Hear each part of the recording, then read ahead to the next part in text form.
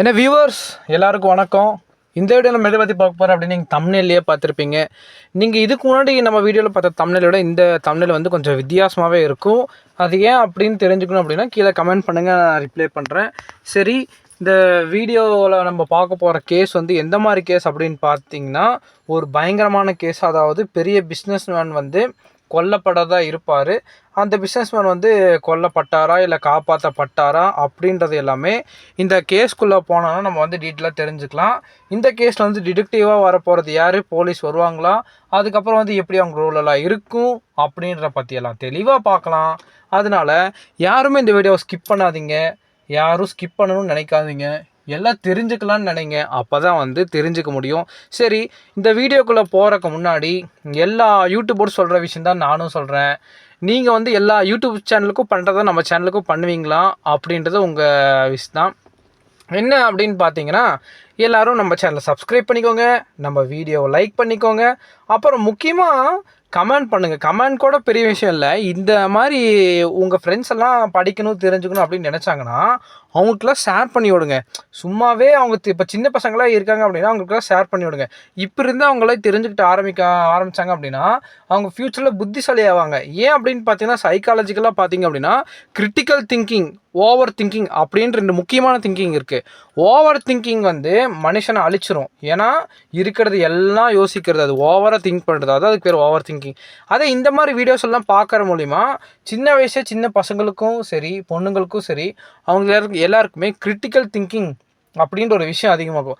Critical திங்கிங்னா என்ன அப்படின்னு பார்த்தீங்கன்னா, ஒரு விஷயத்தை வந்து சாதாரணமாக பார்க்காம அதை வந்து டீட்டெயில்டாக ஆராய்ச்சி பண்ணி பார்க்குறது.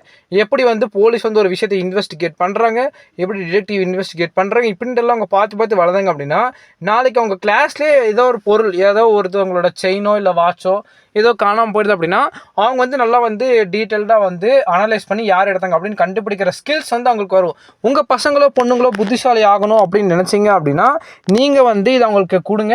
அவங்களுக்கும் நல்லது தான், உங்களுக்கும் நல்லது தான். ஏன்னா உங்களை சுற்றி இருக்கிறவங்க சாதித்தாலும் அதுக்கு உங்களுக்கும் தான் நல்ல பேர் கிடைக்கும். சரிங்களா?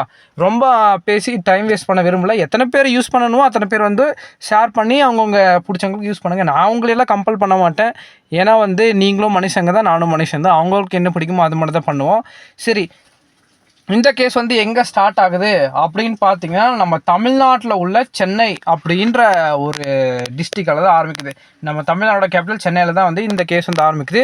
அந்த ஊரில் வந்து ஒரு பெரிய பிஸ்னஸ் மேன் இருக்கார். இவர் வந்து எந்த மாதிரி பிஸ்னஸ் பண்ணுறாரு அப்படின்னா, அதாவது பில்டர் பிஸ்னஸ். அதாவது இந்த இன்ஜினியரிங் கம்பெனிஸ் எல்லாம் நம்ம வந்து காசு கொடுத்தா வீடு கட்டி தரது, பெரிய பெரிய டெண்டர்ஸ் எல்லாம் எடுத்து கட்டுறாங்க இல்லைங்களா, அந்த மாதிரி ஒரு பெரிய கம்பெனியில் இவர் வந்து பெரிய பிஸ்னஸ் மேனாக இருக்கார். ஓகேங்களா? இவர் தான் வந்து பிஸ்னஸ் மேன் அரவிந்த். அதாவது பெரிய ரிச் பர்சன். ஓகேங்களா? சென்னை சிட்டியில் நல்ல ஒரு ரிச்சான பர்சன் தான் இவரும். கோடிக்கணக்கான சொத்துக்கு வந்து இவர் அதிபதி. ஓகேங்களா? அப்புறம் என்ன ஆகுது அப்படின்னு பார்த்தீங்கன்னா, ஒரு நாள் வந்து வழக்கம் போல் எப்போவுமே ஆஃபீஸ் போகிறாரு வர்றாரு அந்த மாதிரி தான் இருப்பாங்க. ஒரு நாள் வந்து என்ன ஆகுது அப்படின்னா, அவங்களோட ரிசப்ஷனிஸ்ட் வந்து, அதாவது இவர் வந்து கிளம்பும்போது கரெக்டாக அந்த நாள் வேலையை முடிச்சு கிளம்பும்போது அவங்க ஆஃபீஸில் இருக்க ரிசப்ஷனிஸ்ட் வந்து என்ன பண்ணுறாங்க அப்படின்னா ஒரு லெட்டர் வந்து தராங்க. அந்த லெட்டர் யாருக்கு அப்படின்னா இவருக்கு தான் வந்திருக்கு, அதாவது அரவிந்துக்கு தான் வந்திருக்கு. ஆனால் யார் அனுப்பிச்சாங்க எதுவுமே போடல. அதுக்குள்ளே ஒரே ஒரு லைன் மட்டும்தான் இருந்துச்சு. என்ன அப்படின்னு பார்த்தீங்கன்னா, 2 நாட்களுக்குள்ளே உங்கள் உயிருக்கு வந்து ஆபத்து இருக்குது, முடிஞ்ச அளவுக்கு தப்பிச்சுக்கோங்க அப்படின்ற மாதிரி ஒரு லெட்ரு வந்திருக்கு. உங்களுக்குள்ள ஒரு டவுட் இருக்கும், ஹேண்ட் ரைட்டிங் பார்த்து கண்டுபிடிக்கலாம் அப்படின்னு ஒரு டவுட் இருக்கும். அதாவது அதுவும் இங்கே வந்து ட்விஸ்ட் எப்படின்னா, அவங்க பிரிண்ட் அடித்து தான் அனுப்பியிருப்பாங்க. ஓகேங்களா? அதனால் வந்து எந்த டவுட்டுமே வந்து வராது. ஆனால் அந்த இது எடுத்துகிட்டு ஒரு மாதிரி ஒரு பதட்டமாகவே வந்து பிஸ்னஸ்மேன் அரவிந்த் வந்து வீட்டுக்கு போகிறாரு. வீட்டுக்கு போனதுக்கப்புறம் நார்மலாக இருக்கார். அப்புறம் வந்து காலையில் மறுபடியும் ஆஃபீஸ் கிளம்பலான்னு போகும்போது ஆஃபீஸ் போயிட்டுருப்பார். கரெக்டாக போகும்போது வந்து இவர் வந்து டிரைவர் போட்டு தான் கார் ஓட்டுவார். ஓகேங்களா? பிஸ்னஸ்மேன் எல்லாமே அப்படி தான்.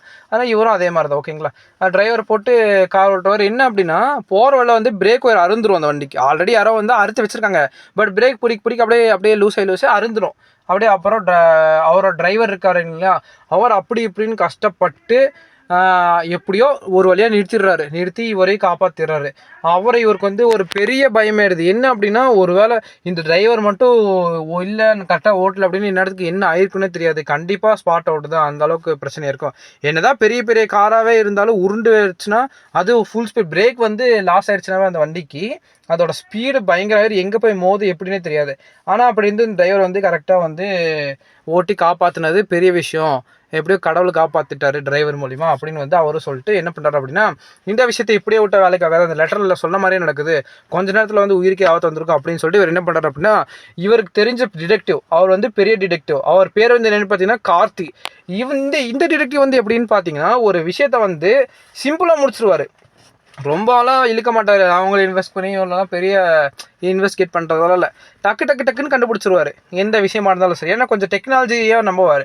இவர்கிட்டயும் டெக்னாலஜி ப்ராடக்ட்ஸ்லாம் ஜாஸ்தியாக இருக்கனால இவர் வந்து எந்த விஷயத்தையுமே ஜவு மாதிரி இருக்காமல் டக்குன்னு முடிச்சிருவார். அந்த ஒரு கெப்பாசிட்டி வந்து இவர்கிட்ட இருக்குது. ஓகேங்களா?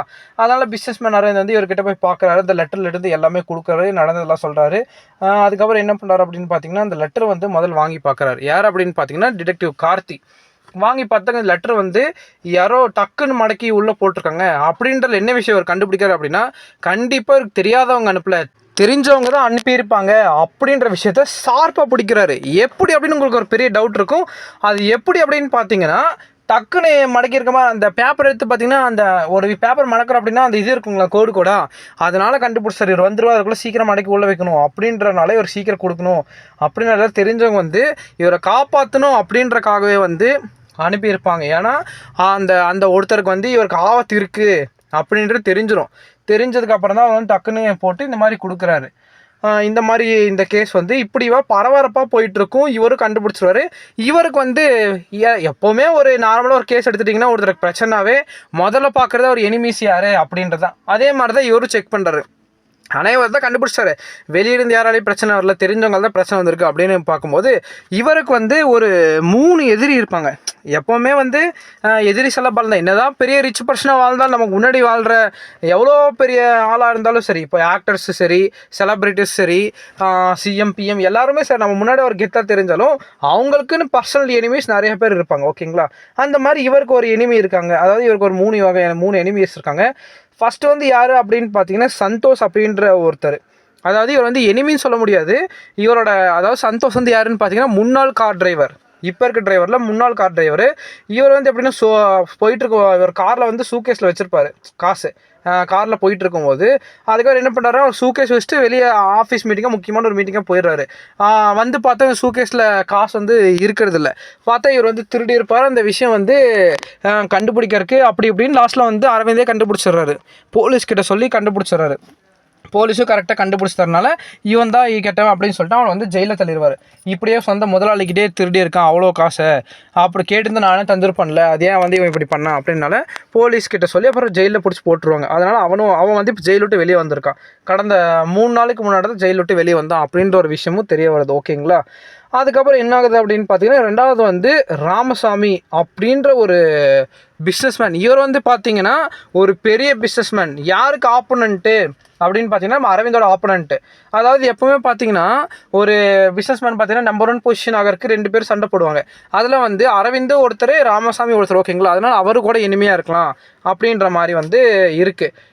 இதே கான்செப்ட் மோஸ்ட்டாக பார்த்தீங்கன்னா நம்ம சன் டிவியில் இலக்கிய சீரியலில் பார்த்திங்க அப்படின்னா கௌதமுக்கும் எஸ்எஸ்கேக்கு வந்து போட்டி இருக்கும், யார் நம்பர் 1 கம்பெனி ஆகுறது அப்படின்ற மாதிரி ஒரு போட்டி இருக்கும். ஆக்சுவலாக கௌதம் தான் நம்பர் 1 இருப்பார், இருந்தாலும் எஸ்எஸ்கே வந்து எப்படியெல்லாம் பண்ணலாம் அப்படின்ற மாதிரி இவங்களுக்கு பிரச்சனை தந்துகிட்டே இருப்பாங்க. பார்த்தீங்களா? அந்த மாதிரி ஒரு கேட்டகிரியில் தான் இந்த ராமசாமி வந்து இருக்கார். ஓகேங்களா? அடுத்து வந்து யார் அப்படின்னு பார்த்தீங்கன்னா சுரேஷ் வந்து யார் அப்படின்னு பார்த்தீங்கன்னா இவரோட சொந்தக்கார். எந்த வகையில் சொந்தம் அப்படின்னா இவரோட ஒய்ஃபோட அண்ணன். ஓகேங்களா? அதாவது அரவிந்தோட ஒய்ஃபோட அண்ணன் தான் வந்து சுரேஷ். அப்படி ஒய்ஃபோட அண்ணன் கூட என்ன பிரச்சனை இருக்கும் அப்படின்னு வந்து உங்களுக்கு வந்து தெரிஞ்சுக்கணும் அப்படின்னு நினச்சிங்கன்னா தொடர்ந்து வீடியோ ஸ்கிப் பண்ணாமல் கேளுங்க. அதாவது அதாவது ஒய்ஃபோட அண்ணன் மச்சான் அவனுக்கு வந்து என்ன அப்படின்னா, மச்சான்னு சொல்ல முடியாது, மாமா அப்படின்னு சொல்லலாம். ஓகேங்களா? ஏன்னா ஒய்ஃபோட தம்பியாக இருந்தால் மச்சான், ஒய்ஃபோட அண்ணாவாக இருந்தால் மாமா தானே, ஏன்னா வயசு ஜாஸ்தியாக இருக்கும். அதனால் வந்து அவங்களோட மாமா வந்து என்ன பண்ணுறாரு அப்படின்னா இந்த சொத்து மேலே ஆசைப்படுறாரு. இந்த சொத்து எப்படியாவது நம்ம அடைஞ்சிடணும் அப்படின்ற மாதிரி அவருக்கு ரொம்ப ஆசை வந்துடுது. என்னதான் தன்னோட தங்கச்சியோட வீடாகவே இருந்தாலும் கொஞ்ச நாள் வந்து இருப்பாங்க இல்லைங்களா அவங்க வீட்டில். அதை பார்த்து இவங்க ரொம்ப ரிச்சாக இருக்காங்களே, நான் இவங்களோட சொத்து கிடச்சா எப்படி இருக்கும், நல்லா வாழலாம் அப்படின்னு நினச்சி சொத்து மேலே ஆசை வந்துடுது. சொத்து மேலே ஆசை வந்து நல்ல தகராறுலாம் போகிறாரு. என்ன என் தங்கச்சியெல்லாம் கட்டி கொடுத்துருக்கேன், நீ எதுவுமே எனக்கு தர மாட்டேங்கிற, நான் ரொம்ப ஏழையாக இருக்கேன், ரொம்ப பணக்காரனாக இருக்கேன், எந்த உதவி பண்ண மாட்டேங்கிற அப்படின்ற மாதிரி எப்போ பார்த்தாலும் எங்கள் வீட்டுக்கு வந்தாவே சண்டை போட்டே இருப்பார். யார் கூட? அரவிந்த் கூட. இதனாலேயே வந்து அரவிந்த் ஆக்சுவலாக எவ்வளோ ஹெல்ப் பண்ணுவார், இருந்தாலும் அவங்களுக்கு பத்தாது. அவங்களுக்கு வந்து இவர் வந்து அவங்களுக்கு 100 தேவைப்படுதுன்னா 1000 தருவார். ஆனால் அவங்களுக்கு அந்த 1000 தேவைப்படாது, 100 வச்சு கோடி ரூபா பிடுங்குற பிளான் தான் அவங்க வந்து எடுப்பாங்க. ஓகேங்களா? அதனால் இவர் எவ்வளோ தந்தாலும் அவங்களுக்கு பத்தாததுனால இவரை கொன்று சொத்தை எடுத்துக்கலாம் அப்படின்ற மாதிரிலாம் அவங்க வந்து பிளான் பண்ணியிருக்கலாம் அப்படின்ற மாதிரி டிடெக்டிவுக்கும் செம டவுட்ஸ் இருக்கும். அப்புறம் என்ன பண்ணுற, இந்த 3 எனிமீஸுமே வந்து இது பண்ணுறாங்க. பட் யாருமே அந்த மாதிரி காமிச்சிக்கல. மோஸ்ட்டாக பேசிக்காக எப்படி இருப்போம்னா, இந்த சுரேஷ் கிட்ட அதாவது இந்த சந்தோஷ் கிட்ட கேட்கும்போது அவர் என்ன சொல்கிறாருன்னா, விட்டுட்டு அவருக்கு எனக்கு எந்த சம்மந்தம் இல்லை அப்படின்னு சொல்லி அவர் சமாளிச்சுறாரு. அவரும் வந்து இதில் இன்வால்வ் ஆகலை அப்படின்னு சொல்லிடுறாரு. ராமசாமி கிட்ட எடுத்து நான் எப்போவுமே டைரெக்டாக தான் மோதுவேன், என்னதான் எனிமையாக இருந்தாலும் டைரெக்டாக தான் மோதுவேன் தவிர இன்டெரக்ட் லெட்டர்லாம் அனுப்பி எல்லாம் கார் பைக் எல்லாம் பிடிங்கிட மாட்டேன், நினச்சா கன் எடுத்து சுட்டு போயிட்டே இருப்பேன். அந்த மாதிரி அவர் வந்து டைலாக் விடுறாரு. அடுத்து வந்து 3வது வந்து சுரேஷ். ஓகேங்களா? ராமசாமி வந்து ஒரு முக்கியமான விஷயம் என்ன சொல்கிறாரு அப்படின்னா, அவனுக்கு முன்னாடியே நான் அவனை ஜெயிச்சு காட்டணும், அதுதான் என் டார்கெட்டே தவிர அவனை கொல்றதெல்லாம் என் நோக்கம் இல்லை அப்படின்ற மாதிரி சொல்லுவோம். அப்படி கொல்லணும்னு நினச்சா நான் கன் எடுத்துகிட்டு சுட்டுட்டு போயிட்டே இருப்பேன் அப்படின்ற மாதிரி சொல்கிறாரு. அதுக்கப்புறம் அவர் சொல்கிறது நியாயமாக தெரியுது. ஏன்னா ஒரு ஆப்பனண்ட்டாக, ஒரு பிஸ்னஸ்மேன் ஆப்பனண்ட்டாக இருக்குன்னா கொல்லணும்னு தான் நினைக்க மாட்டார், போட்டியில் ஜெயிக்கணும்னு தான் நினைப்பாங்க. அந்த மாதிரி ஒரு கேட்டகரி தான் இந்த ராமசாமி. ஓகேங்களா? அடுத்து வந்து சுரேஷ் வந்து என்ன பண்ணுறாரு அப்படின்னா, அவர்கிட்ட கேட்டதுக்கு அவர்லாம் நான் சொத்து கேட்டால் அவர் தரல, அதுக்கப்புறம் அடிக்கடி ஹெல்ப் பண்ணுறாரு அப்படி இப்படின்னா அவர் ஏதோ சொல்லிடுவார். அப்புறம் இவங்க 3 பேர் மேலே தான் டவுட் ஸ்ட்ராங்காக இருக்குது. அது ராமசாமி மேலே சுத்தமாக டவுட் இல்லை. ஏன்னா அவர் வந்து ஒரு பெரிய பிஸ்னஸ்மேன். அவர் நினச்சா அவர் சொன்னதை வச்சு கண்டுபிடிச்சார். டிடெக்டிவ்க்கு தெரியாதா யார் நல்லவங்க யார் கெட்டவங்க அப்படின்ற மாதிரி. அதுக்கப்புறம் என்ன பண்ணுறாரு அப்படின்னா, இந்த நாள் வந்து முடிஞ்சிடுது. அடுத்த நாள் காலையில் இதுதான் இந்த 2வது நாள். அந்த லெட்டர் எழுதிச்சிங்க 2 நாளுக்குள்ளே உங்கள் உயிருக்கு ஆபத்து இருக்குது அப்படின்னு சொல்லுவாங்க. இந்த 2வது நாள் இதுதான். இந்த நாளில் வந்து காலையில் ஒரு விடிய காலம் ஒரு 4 மணி இருக்கும். ஓகேங்களா? 4 மணி 3 மணி அந்த ரேஞ்சில் இருக்கும். என்ன ஆகுது அப்படின்னா, எங்கள் வீட்டில் வாட்ச்மேன் வந்து நைட்டு வந்து காவல் காத்துட்டு இருப்பாருங்களா, அவர் வந்து யாரோ வந்து மயக்கமடை வச்சுருக்காங்க. யாரோ வந்து இந்த ஊசியாலேயோ இல்லை வந்து இந்த ஏதோ பொடியாலேயோ இல்லை ஏதோ மண்டையில் அடிச்சோ மயக்கம் போட்டு வச்சுருப்பாங்க அப்படின்ற மாதிரி அவர் வந்து மயக்கம் போட்டு விழுந்துருவார். ஓகேங்களா? அது எப்படி நான் பின்னாடி சொல்கிறேன். அப்புறம் வந்து வீட்டுக்குள்ளே வந்திருப்பாங்க. பட் எதுவுமே எடுத்துருக்க மாட்டாங்க. வீட்டுக்குள்ளே நார்மலாக போயிட்டு செக் பண்ண தான் வருவாங்க. ஆக்சுவலாக அவங்க ஏதோ வெப்பன் கூட வச்சுருக்கலாம், பட் நார்மலாக வருவாங்க, வீட்டுக்குள்ளே வந்து செக் பண்ணிட்டு போயிடுவாங்க. காலையில் ஆகுது. இதை வந்து எப்படி இந்த மயக்கம் போட்டு வந்து அப்படின்னு வந்து வாட்ச்மேன் கிட்ட கேட்கும்போது ஒருத்தன் வந்தால் டிமில் மண்டையை பார்த்து அடிச்சிட்டான் அப்படின்ற மாதிரி வந்து சொல்கிறாங்க. ஆனால் யார் என்னென்னு எனக்கு சுத்தம் அடைஞ்சல, மாஸ்க் போட்டிருந்தான் அப்படின்ற மாதிரி வாட்ச்மேன் வாக்குமூலம் தராரு. ஆக்சுவலாக நீங்கள் நைட்டு வந்து என்ன ஆகும் அப்படின்னா, அதாவது இவர் இருக்காருங்க இல்லைங்களா, யார் அப்படின்னு பார்த்தா அரவிந்த் அவங்க வீட்டில் இருந்திருக்க மாட்டார். டிடெக்டிவ் கூட்டிகிட்டு போயிடுவார். டிடெக்டிவ் கூட இருப்பார். அவரும் சரி, அவரோட ஒய்ஃபும் சரி, ஃபேமிலி சரி, யாருமே வந்து வீட்டில் இருந்திருக்க மாட்டாங்க. அதனால தான். ஆனாலும் வீட்டில் வந்து வேலைக்காரங்க இருப்பாங்க இல்லைங்களா, அதனால தான் வீடு திறந்திருக்கும். அப்படின்னு பார்க்கும்போது என்ன ஆகும் அப்படின்னா, வாட்ச்மேன் கிட்ட வந்து காலையில் கேட்கும்போது அவர் இந்த மாதிரி சொல்லுவார். டிடெக்டிவ் வந்து உடனே சிசிடிவி செக் பண்ணுறாரு. இவர் தான் டெக்னாலஜி தெரிஞ்சவராச்சு, டெக்னாலஜி யூஸ் பண்ணுறதுல இவர் ஒரு பயங்கரமான ஆள் அப்படின்றனால வந்து சிசிடிவி டக்குன்னு போகணுன்னு செக் பண்ணுறாரு. பார்த்தா சொன்ன மாதிரியே வந்து ஒருத்தன் வந்து மாஸ்க் போட்டு வந்திருப்பேன். அந்த வாட்ச்மேன் அடிச்சுட்டு உள்ளே போகிறான். அவன் வந்து இந்த மாதிரி வெப்பன் வச்சிருக்கிற மாதிரி தெரியல. ஆக்சுவலாக வந்து அவன் யார் அப்படின்னு பார்க்கும்போது எப்படி வந்து அவனை கண்டுபிடிக்கிறாங்க அப்படின்னு தான் மெயினான ட்விஸ்ட்டே இருக்குது. அவன் யார் அப்படின்னு கண்டுபிடிக்கலாம். அதுக்கு தெரிஞ்சுக்கணும் அப்படின்னா அதுக்கு முன்னாடி நம்ம வீடியோ இன்னுமே பார்த்துட்டு இருக்கீங்க அப்படின்னா இதுக்கு மேலே பாருங்கள். யாரும் ஸ்கிப் பண்ணிட்டுலாம் போயிடாதுங்க. வீடியோ இன்ட்ரெஸ்டிங்காக இருக்கும். நான் வந்து உங்களுக்கு கேரண்டி தரேன். அப்படி இன்ட்ரெஸ்டிங்காக கீழே கமெண்ட் பண்ணுங்கள். இன்ட்ரெஸ்டிங்காக போடுறேன். ஓகேங்களா? நீங்கள் ஒன்றும் கவலைப்பட வேணாம். சரி, வழக்கமாக நம்ம வீடியோக்கு வந்து சப்ஸ்கிரைப் பண்ணிடுங்க, சேனலை வந்து சப்ஸ்கிரைப் பண்ணிடுங்க, வீடியோக்கு வந்து லைக் பண்ணிடுங்க. ஓகேங்களா? சரி, அப்புறம் வந்து என்ன ஆகுது அப்படின்னா, அந்த காலையில் சிசிடிவி கேமரா டைரெக்டாக செக் பண்ணி பார்க்குறாரு. அப்போ வந்து வெளியே வந்து பார்க்கும்போது யாருன்னு தெரியல அப்படின்னு டிரெக்டிவாக யோசிக்கிறாரு. பார்த்தா வந்து வீட்டு அந்த வாசப்படி இருக்குங்க இல்லைங்களா, அங்கே வந்து ஒரு லெட்டர் இருக்குது. அதாவது ஒரு பேப்பர் மாதிரி ஏதோ நம்பராக போட்டு இந்த பேப்பர் அக்கௌண்ட்ஸ் மாதிரி எடுத்துகிட்டு போகிறாரு. அதில் அக்கௌண்ட் நம்பர் அதுன்னு தட்டி பார்க்குறாரு. அப்புறம் பார்த்ததுக்கு அப்புறம் தான் தெரிஞ்சு அது வந்து முன்னாள் டிரைவர் சந்தோஷோடது அப்படின்னு. சந்தோஷ், நீ தான் இந்த விஷயம் பண்ணியாடா அப்படின்ற மாதிரி கேட்சை பிடிச்சாரு நம்ம டிடெக்டிவ். அவனை பிடிச்சி விசாரித்ததில் என்ன தெரிஞ்சு அப்படின்னா, ஆக்சுவலாக வந்து டைரெக்டாக பிடிக்க முடியாது. அதனால போலீஸ்காரங்க சொல்லி போலீஸ்காரங்க வந்து அவனை தேடி, ஏன்னா வந்து ஒளிவு மரம் ஆகிட்டான். அதாவது அவன் வந்து மறந்து போயிட்டான், யாருக்கு தெரியாமல் அந்த மாதிரி சொல்லுவாங்க, தலைமறைவு. ஓகே, தலைமறைவாயிட்டான். அதுக்காக என்னாச்சு அப்படின்னா போலீஸ்காரங்க சொல்லி போலீஸ்காரங்க வந்து பிடிச்சிருவாங்க. பிடிச்சி விசாரிக்க வேண்டிய விஷயத்தில், அதாவது விசாரிக்க வேண்டிய விதத்தில் விசாரித்தது. அவன் என்ன சொன்னான் அப்படின்னு, நான் தான் வந்தேன் உள்ளே வந்து ஆக்சுவலாக அவனை கொல்லம் தான் அன்றைக்கி வந்தேன். யார் அப்படின்னா அரவிந்த் கொல்லம் தான் வந்தேன். பார்த்தா அவன் வீட்டுக்குள்ளே அவன் அன்றைக்கி இல்லை, அதெல்லாம் தான் தப்பிச்சிட்டான் அப்படின்ற மாதிரி சொல்லுவார். அதுக்கப்புறம் ஏன் நீ இப்படி பண்ணுற, எதுக்காக இப்படி பண்ணுறேன் அப்படின்னு கேட்டதுக்கு அப்போ தான் வேலையோடு தூக்கிட்டாரு, பணம் திருநாள் அப்படின்னு, அது ஜெயிலெல்லாம் போடணுமா, வணிச்செல்லாம் விட்டுறக்கூடாது அப்படின்னு அவன் கோவத்தை அவன் சொல்கிறான். ஆக்சுவலாக வந்து முக்கியமான ஒரு இன்னும் நல்லா விசாரித்து கேட்டதுக்கு, நீ மட்டும் தான் இது காரணமாக யாரோ பின்னாடி இருக்காங்களா அப்படின்னு கேட்டதுக்கு ஸ்டார்டிங்கில் சொல்ல, அப்புறம் போக போக பயங்கரமாக ஒரு பயங்கரமான விசாரணை வந்து போலீஸ்காரங்க வச்சதுனால நீ வந்து எல்லாம் உளறிட்டான். என்ன அப்படின்னா, சுரேஷ் இருக்காங்களா, அதாவது இவரோட மாமா, அதாவது நம்ம அரவிந்தோட ஒய்ஃபோட அண்ணா, அதாவது இவரோட மாமா ஓகேங்களா. அவர் வந்து இப்படி வந்து சொத்துக்காக இவனை கொல்லணும் அப்படின்ற மாதிரி ஒரு பிளான் போட்டு வச்சுருக்காங்க. நான் வந்து ஜெயிலிருந்து வந்தோடனே வந்து அவருக்கு வந்து எனக்கு காசு கொடுக்குறேன் இந்த மாதிரி பண்ணு அப்படின்ற மாதிரி நாங்கள் 2 பேரும் சேர்ந்துட்டோம் அப்படின்ற மாதிரி தான் சொல்லுவார். இதெல்லாம் கேட்டு பயங்கரமான ஒரு ஷாக்கேரும், டிடெக்டிவ்க்கே ஷாக்கேரும். டிடெக்டிவ் வந்து இந்த உண்மையெல்லாம் எடுத்து இவர்கிட்ட சொல்லுவார். யார்கிட்ட அப்படின்னா அரவிந்த் கிட்ட. அரவிந்துக்கு வந்து ஒரு வகையில் பயங்கரமான ஷாக்காக இருந்தாலும் அரவிந்தோட ஒய்ஃபுக்கு சரியான கோவம் வந்துடும். எப்படி சொத்துக்காக இப்படியெல்லாம் பண்ணலாமா, தப்பு தானே அப்படின்ற மாதிரி என்ன பண்ணுவாங்க, டைரெக்டாக அவங்க வீட்டுக்கே போய் அரெஸ்ட் பண்ணிடுவாங்க. அரெஸ்ட் பண்ணதுக்கப்புறம் என்ன பண்ணுவாங்க, அவங்களுக்கான 2 பேருக்கான தண்டனை வந்து கரெக்டாக வந்து வாங்கி கொடுத்துருவாங்க. அதுக்கப்புறம் என்ன ஆகுது அப்படின்னா டிடெக்டிவ் வந்து சேஃபாக, டிடெக்டிவும் சரி போலீஸும் சரி, அப்புறம் அவங்க முடிஞ்ச அளவுக்கு வந்து, அதாவது முடிஞ்ச அளவுக்கு இல்லை, சாதாரணமாக போலீஸும் டிடெக்டிவ் வந்து நம்ம பிஸ்னஸ்மேன் அரவிந்தை வந்து காப்பாற்றிடுவாங்க. அவங்களுக்கு என்ன தண்டனை கொடுக்கணுமோ அந்த தண்டனை கொடுத்து அவங்க ஜெயிலில் தள்ளிடுவாங்க. யார் யார் அப்படின்னா சந்தோஷையும் சுரேஷையும். ஓகேவா, இப்போ தான் சுரேஷ் வெளியிருந்து, இப்போ தான் சந்தோஷ் வந்து ஜெயிலேருந்து வெளியே வந்தால் அவனை மறுபடியும் ஜெயிலில் தள்ளிடுவாங்க. ஏன்னா அவனோட புத்தி அப்படி, சேராதவங்க கூட சேர்ந்தா அப்படி தான். அப்புறம் லாஸ்ட்டில் வந்து டிடெக்டிவ் கார்த்திக்கும் சரி போலீஸ்க்கும் சரி அரவிந்த் வந்து நன்றி சொல்லிட்டு அதுக்கப்புறம் அவங்களுக்கெல்லாம் ஒரு பெரிய பாராட்டு, அவங்க பார்ட்டியே கொடுத்தாரு அவரை காப்பாற்றுனதுக்காக.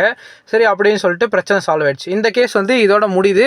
இந்த கேஸ் வந்து டிடெக்டிவ் கார்த்தி வந்து எப்படி சாதாரணமாக ஹேண்டில் பண்ணார், போலீஸ் எப்படி ஹேண்டில் பண்ணாங்க அப்படின்ற பற்றி தெளிவாக நம்ம பார்த்தோம்.